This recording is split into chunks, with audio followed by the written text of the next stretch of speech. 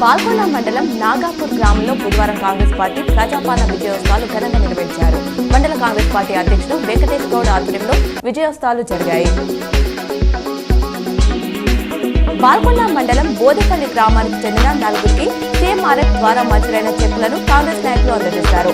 బాల్కొండ నియోజకవర్గ Congress party incharge Sunil రెడ్డికి చెక్కులు మంజూరు చేయించినందుకు లబ్ధిదారులు కృతజ్ఞతలు తెలిపారు.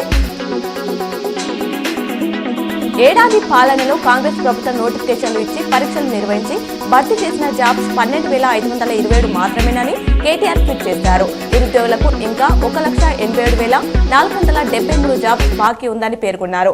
బీఆర్ఎస్ ప్రభుత్వం ఇచ్చిన జాబ్ నోటిఫికేషన్లు తామే ఇచ్చినట్లు పబ్లిసిటీ చేసుకుని 55,143 ఉద్యోగాలు భర్తీ చేసినట్లు చెప్పుకుంటున్నారని మండిపడ్డారు. భూ ప్రకంపనలతో తెలుగు రాష్ట్రాలు వణికిపోయాయి. ములుగు జిల్లా కేంద్రంగా ఇది సంభవించింది. భూ ప్రకంపనల కారణంగా ఉదయం 7:27 ఇదే జిల్లాలోని మేడారం సమ్మక్క సారక్క ఆలయం ప్రకంపనలతో ఒక్కసారిగా ఊగిపోయింది.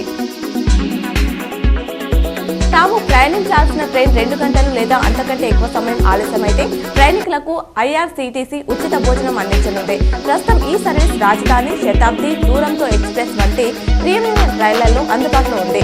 టీ, కాఫీ, బిస్కెట్లు, బ్రెడ్ భోజనం ఆర్డర్ చేయొచ్చు. బీఆర్ఎస్ ఏడాది కాలంగా చాలా ఎదురు దెబ్బలు సవాలు ఎదుర్కొందని కేటీఆర్ అన్నారు.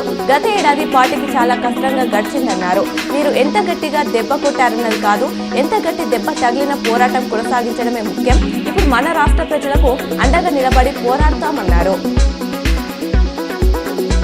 శబరిమల అయ్యప్ప స్వామి దర్శనానికి రైల్లో వెళ్లే మాలదారులకు దక్షిణ మధ్య రైల్వే కీలక సూచనలు చేసింది. రైల్ కోచ్లలో కర్పూరం, అగరబత్తి వెలిగించడం, ఆరతి ఇవ్వడం చేయవద్దని సూచించింది.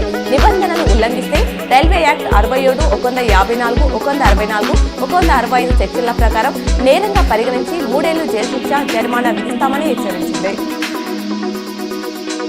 డిస్పల్లి మండలంలోని సిద్దపల్లి గ్రామంలో పలు అభివృద్ధి పనులకు rural MLA doctor Bhupat Reddy శంకుస్థాపన చేశారు.